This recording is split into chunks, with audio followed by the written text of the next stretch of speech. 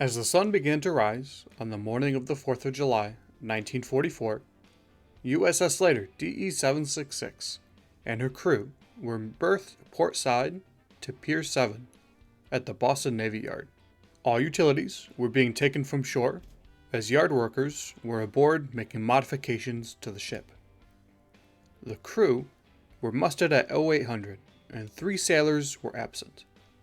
Paul F. Ford, Fireman First Class, W.T. Dewberry, Seaman First Class, and W.B. Bounds, Seaman Second Class. For the remainder of the day, the crew of the Slater went about their normal activities, and nothing of note was recorded. The next morning, no one new was absent from morning muster.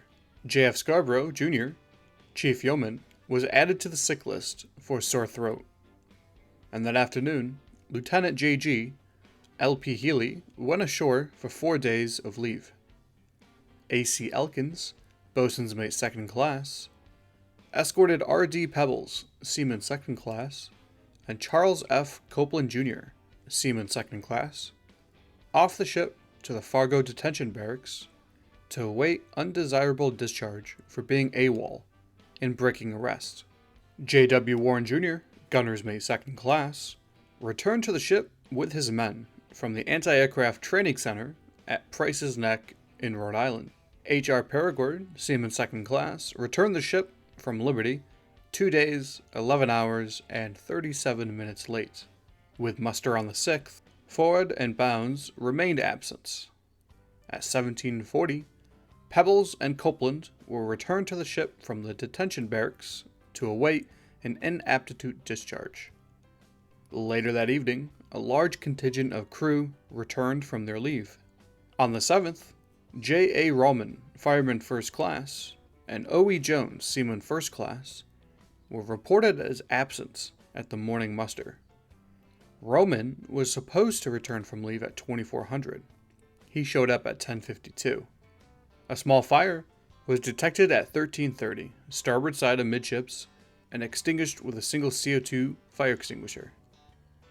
Sparks from welding or grinding metal had ignited nearby ferrex. And also on this date, Pebbles and Copeland were undesirably discharged from the Navy. And finally, 36 drums of lube oil were received from shore. At morning muster on the 8th, Clinton Folds, Seaman Second Class, and Owen E. Jones were found to be absent over leave, and Gerald W. Spink, Seaman First Class, was declared a straggler, having been absent over leave since 0730 the previous day. At 1100, a large group of new crew members reported aboard from the Boston receiving station. Folds returned at 1252, a full 5 hours and 23 minutes over leave. That evening, dock trials on the engines was conducted with Lieutenant Commander Blanc overseeing it from the flying bridge. It was deemed a success, except for the number 1 16-cylinder cooling water overheating. Yard workers were notified, and repairs began. The tugboat Powhatan and YTL-18 came alongside to assist moving Slater from the east side of Pier 7 to the west side. At 2000, the executive officer, Lieutenant H.N. Poulsen, left the ship for 15 days of emergency leave. Per Navy Regulations 1920, Article 1141, Paul F. Ford, Fireman First Class, and A.F. Petit, Seaman Second Class, were transferred to the Naval Hospital at Chelsea for further treatment, and Gerald W. Spink, Seaman First Class, returned to the ship after being 1 day and 16.5 hours absent over leave. The 9th was a little quieter. At muster, Marvin E. Cash, Sonarman, 3rd Class, was absent. At 1645, Horace C. Chetton, Fireman 2nd Class, and P.F. Fisher, Fireman 1st Class, both returned after being absent over leave for 1 hour and 45 minutes. And finally, on the 10th, another sailor was found to be absent at morning muster. W.B. Bounds, Seaman First Class.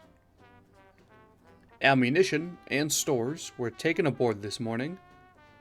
Ammunition for all of Slater's guns, including depth charges, were received, and W.H. Truntz, Seaman First Class, returned on time from his leave.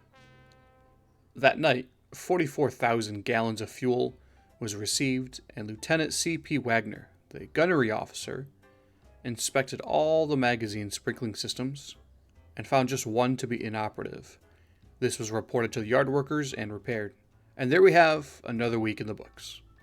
Next week, Slater and her crew will return to Key West, Florida, for further anti-aircraft and anti-submarine training as they prepare for convoy duty in the North Atlantic.